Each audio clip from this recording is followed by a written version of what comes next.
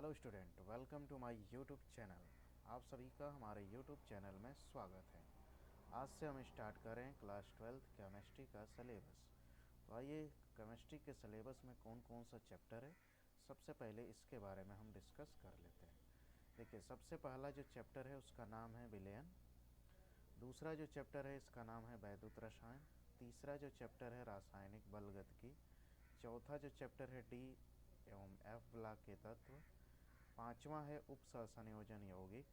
छठा है hello alkene एवं हैलो एरीन। सातवां है एल्कोहल फिनाल एवं ईथर। आठवां है एल्डिहाइड कीटोन एवं कार्बोक्सिलिक अम्ल। और नौवां है एमीन। और लास्ट है जैव अणु। तो सबसे पहले हम आज से स्टार्ट कर रहे हैं चैप्टर नंबर 1, जिसका नाम है विलयन। ठीक है, तो विलयन को समझते हैं। देखिए, अध्याय फर्स्ट है, चैप्टर का नाम विलयन, जिसे इंग्लिश में बोलेंगे सोल्यूशन। आइए समझते हैं कि विलयन होता क्या है। देखिए, दो या दो से अधिक रासायनिक पदार्थों के समांगी मिश्रण को विलयन कहते हैं। यानी दो हो या दो से अधिक पदार्थ हो, अगर उनका समांगी मिश्रण है तो उसे हम विलयन कहेंगे। ठीक है, विलयन कैसा होता है तो यह स्वच्छ होता है, पारदर्शी होता है, समांगी होता है तथा एक प्रावस्था तंत्र होता है। एक प्रावस्था तंत्र यहाँ कहने का मतलब कि आपको देखने में लगेगा कि उसकी भौतिक जो अवस्था है सेम है, जैसे कि एक ही है। जैसे हम बात करें शरबत की, ठीक है, तो शरबत जो होती है वह लगता है कि लिक्विड है, लेकिन उसमें अगर देखा जाए तो ठोस चीनी भी मिला हुआ है। तो शरबत क्या है, एक समांगी मिश्रण है, पारदर्शी भी होता है, स्वच्छ भी होता है और एक प्रावस्था तंत्र होता है हमारा। हमें उसका एक ही अवस्था दिखाई देती है। ठीक है, विलयन दो अवयव से मिलकर बना होता है। पहला है विलेय, दूसरा है विलायक। विलेय किसे कहेंगे, विलयन को बनाने में जो अवयव कम मात्रा में होता है उसे हम विलेय कहेंगे। यानी विलयन को बनाने में जिसकी मात्रा कम होगी उसे हम विलेय कहेंगे, या हमें विलयन में जो चीज़ें नहीं दिखाई देगी उसे हम विलेय कहेंगे। विलायक, विलयन को बनाने में जो अवयव अधिक मात्रा में होता है उसे हम विलायक कहते हैं। यानी जो हमें दिखाई देता है, विलयन की जो अवयव हमें दिखाई देता है उसे हम बोलेंगे विलायक। और कभी भी आपको कन्फ्यूजन हो जाए कौन कम होता है कौन ज़्यादा, तो देखिए विलेय में 3 अक्षर हैं। ठीक है, यहाँ पे देखिए 3 अक्षर है, जबकि विलायक में 4 है। यानी कम वाले अक्षर में इसका मतलब ये है कि विलयन में कम रहेगा, और इसमें 4 अक्षर यानी ज़्यादा है, तो इसमें क्या होगा कि इसकी मात्रा विलयन में ज़्यादा होगी। उदाहरण के लिए हम समझते हैं, जैसे शरबत में चीनी विलेय तथा जल विलायक है। भीगी नमक में नमक विलायक हो गया तथा जल विलेय हो गया। ओके, बात यहाँ तक आपको क्लियर हो गई होगी। ठीक है, चलिए हम आगे चलते हैं। चलिए आगे है विलयन के प्रकार। तो विलयन को हम कई वर्गों में बांट सकते हैं, कई प्रकार के होते हैं। जैसे कि भौतिक अवस्था के आधार पर हम देखें तो विलयन 9 प्रकार के होते हैं। जैसे ठोस का ठोस में, ठोस का द्रव में, ठोस का गैस में, फिर इसके बाद है द्रव का ठोस में, द्रव का द्रव में, द्रव का गैस में, गैस का ठोस में और गैस का द्रव में और गैस का गैस में। अब इसको आपको समझना है कि ठोस का ठोस में, इसका मतलब जो पहले लिखा हुआ है वह है विलेय और जो बाद में लिखा हुआ है वह है विलायक। ठीक है, अब यहाँ पे देखेंगे तो ये तीनों के तीनों जो ठोस पहले लिखे हैं यानी ये विलेय है, और इधर ठोस द्रव गैस लिखा है बाद में, तो ये तीनों विलायक है। ठीक है, तो ऐसे ही समझें। अब इसका एग्जाम्पल आप सामने देख सकते हैं, सोने में तांबा या अन्य मिश्र धातुएं हो गया। ठीक है, चीनी का जल में विलयन, कपूर का गैस में विलयन, ऐसे सारे उदाहरण याद रखिएगा। हो सकता है कि आपको बहुविकल्पी क्वेश्चन के रूप में पूछ लेगा कि किस प्रकार का विलयन है। ठीक है, चलिए आगे हम लोग चलते हैं। स्पेशल कुछ बातें याद रखनी है आपको, जैसे दो ठोस मिलकर सदैव विषमांगी मिश्रण बनाते हैं। यानी यहाँ पे देखिए, जो दो ठोस यदि मिलेंगे तो हमेशा विषमांगी मिश्रण बनाएंगे। अतः मिश्र धातु में विलयन नहीं मिश्रण है, यद्यपि कुछ मिश्र धातुएं समांगी भी होती हैं। इसका कहने का मतलब है कि ठोस जय जितने भी मिलेंगे तो वह विषमांगी मिश्रण बनाएंगे। तो मिश्र धातुएं भी विलयन हम नहीं कह सकते हैं, क्योंकि वह भी एक तरह का मिश्रण है, समांगी नहीं है। ठीक है, ठोस का गैस में विलयन, जैसे धुआं विषमांगी होता है तथा कोलाइडी कहलाता है। ठीक है, द्रव का गैस में विलयन, जैसे धुंध भी विषमांगी होता है तथा कोलाइडी विलयन कहलाता है। गैस का ठोस में विलयन, जैसे पैलेडियम पर हाइड्रोजन का अभिशोषण विषमांगी होता है। ठीक है, ये सारे नोट्स है, ये बहुत ज़्यादा आपको एग्ज़ाम में पूछने लायक नहीं है, ना पूछे जाते हैं, लेकिन हाँ आप इसे जानकारी के लिए याद रख सकते हैं। इसके बाद है सांद्रता के आधार पर विलयन कितने प्रकार के होते हैं। तो सांद्रता के आधार पर देख लीजिए, पहला है तनु विलयन। तनु विलयन क्या है कि निश्चित आयतन के विलयन में विलेय की मात्रा यदि कम होगी तो उसे हम तनु विलयन कहेंगे। सांद्र विलयन किसे कहेंगे, निश्चित आयतन में विलयन में विलेय की मात्रा यदि अधिक मात्रा में हो तो उसे हम क्या बोलेंगे, सांद्र विलयन बोलेंगे। ओके, आगे है संतृप्त विलयन है।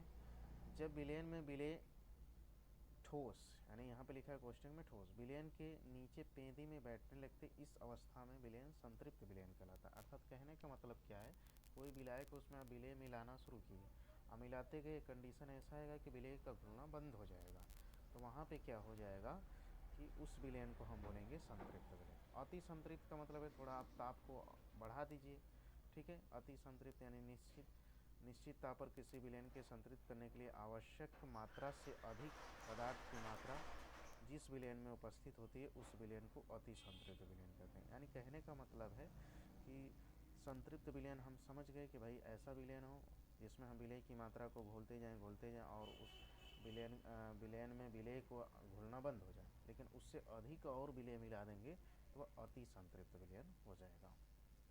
नेक्स्ट है आपका विलेयता। किसी पदार्थ की वह मात्रा जो निश्चित ताप पर 100 ग्राम विलायक को संतृप्त करने के लिए आवश्यक होती है, पदार्थ की विलेयता कहलाती है। ठीक है, तो मतलब कहने का मतलब है कि 100 ग्राम आपने विलायक ले लिया और विलेय की मात्रा को आप क्या करते गए, मिलाते गए, और वो उसका घुलना बंद हो गया तो वहीं उसकी विलेयता कहलाएगी। ठीक है, आगे हैं विलेयता को प्रभावित करने वाले कारक। विलेयता का मतलब एक बात और समझ लीजिए, घुलनशीलता भी इसे बोला जाता है। जैसे ताप, यदि ताप बढ़ाएंगे तो पदार्थ की विलेयता बढ़ती है। आगे है विलेय एवं विलायक की प्रकृति। किसी विलायक में वे पदार्थ विलेय होते हैं जिनकी प्रकृति विलायक जैसी होती है। कहने का मतलब कि अगर विलायक ध्रुवी है तो विलेय ध्रुवी होगा, अगर तो उसमें विलेयता उसकी ज़्यादा होगी। अगर विलेय अध्रुवी है और विलायक भी अध्रुवी है तो भी विलेयता अधिक होगी। लेकिन अगर अपोजिट हो जाए, एक ध्रुवी हो और एक अध्रुवी हो, तो वहाँ पर विलेयता घट जाएगी। विलेयता का मतलब होता है घुलने की क्षमता, ठीक है, घुलनशीलता भी आप कह सकते हैं। आगे है विलेय के कणों का आकार। किसी क्रिस्टलीय ठोस के छोटे कण बड़े कणों की अपेक्षा जल्दी घुलते हैं। तो अगर छोटा छोटा कण है तो वहाँ पे विलेय का यदि छोटा छोटा कण है तो वहाँ पे घुलनशीलता उसकी बढ़ जाएगी। सम आयन प्रभाव। विलयन में सम आयन की उपस्थिति में साधारणतः अल्प विलेय की विलेयता घट जाती है। ठीक है, यदि सम आयन यानी कॉमन आयन हो जाए, जैसे मान लीजिए हमने कोई विलयन लिया, उसमें मान लीजिए NaCl ले लिया, KCl ले लिया, तो उसमें कुछ कॉमन आयन बन जाएंगे, जैसे Na प्लस बन जाएगा, Cl माइनस बन जाएगा। ठीक है, Na plus Cl minus, K plus Cl minus, तो इसमें कॉमन आयन क्या होगा, Cl माइनस। अब जिसकी घुलनशीलता कम होगी तो सम आयन की वजह से उसकी घुलनशीलता कम हो जाएगी। ठीक है, नेक्स्ट हमारा है हेनरी का नियम।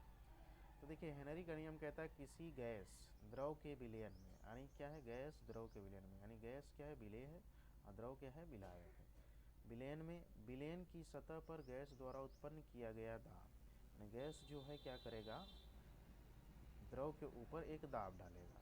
वह जो दाब होगा विलयन में गैस के मोल प्रभाज के समानुपाती होता है। तो जो गैस का मोल प्रभाज होगा उसके समानुपाती होगा। यहाँ से आप सूत्र देख सकते हैं, विलयन में गैस का आंशिक दाब बराबर KH है गुणा विलयन में गैस का मोल प्रभाज X है। ठीक है, बात करेंगे हेनरी के नियम की सीमाओं की। तो हेनरी का नियम कहाँ कहाँ पर लागू होता है उसे देखते हैं। गैस का दाब बहुत उच्च नहीं होना चाहिए, गैस का दाब इतना भी बहुत ज़्यादा नहीं होना चाहिए। ठीक है, कि बहुत ज़्यादा कहने का मतलब यही है कि गैस का दाब बहुत उच्च नहीं होना चाहिए। नेक्स्ट है ताप बहुत कम नहीं होना चाहिए, काम लिखा है कम नहीं होना चाहिए। नेक्स्ट है विलायक में गैस की आणविक अवस्था में परिवर्तन नहीं होना चाहिए। विलायक में अगर गैस का जो है आणविक अवस्था जो है, ठोस है, द्रव है, गैस है, वैसे तो गैस जो है गैस रहेगा, लेकिन गैस का जो आणविक अवस्था है वह कहीं चेंज ना हो जाए। ठीक है, और जैसे क्या होता है कि कोई गैस अगर प्रेशर ज़्यादा लगेगा तो वह द्रव में बदल जाता है, द्रव का और प्रेशर बढ़ाएंगे तो ठोस में बदल जाता है, तो उसका अवस्था परिवर्तन नहीं होना चाहिए गैस का। ओके, चलिए आगे हम लोग देख लेते हैं हेनरी के नियम के उपयोग कहाँ कहाँ पे हैं। देखिए, मृदु पेयजल में कार्बन डाइऑक्साइड की विलेयता बढ़ाने के लिए बोतलों को उच्च दाब पर सील किया जाता है। आप देखेंगे, आप मृदु मतलब कोल्ड ड्रिंक वगैरह होती है तो उसमें कार्बन डाइऑक्साइड गैस को उच्च दाब पर प्रेशर करके सील किया जाता है।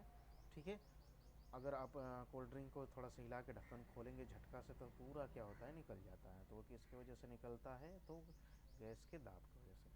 फेफड़ों में रक्त में ऑक्सीजन तथा कार्बन डाइऑक्साइड का आदान प्रदान हेनरी के नियम पर आधारित है। यानी फेफड़ा में जो रक्त होता है, रक्त हमारा, उसमें हीमोग्लोबिन होता है, तो ऑक्सीजन हम लेते हैं तो ऑक्सी हीमोग्लोबिन बनाता है। अब ऑक्सी हीमोग्लोबिन किसके माध्यम से जाता है, तो भाई ब्लड के माध्यम से ही जाता है।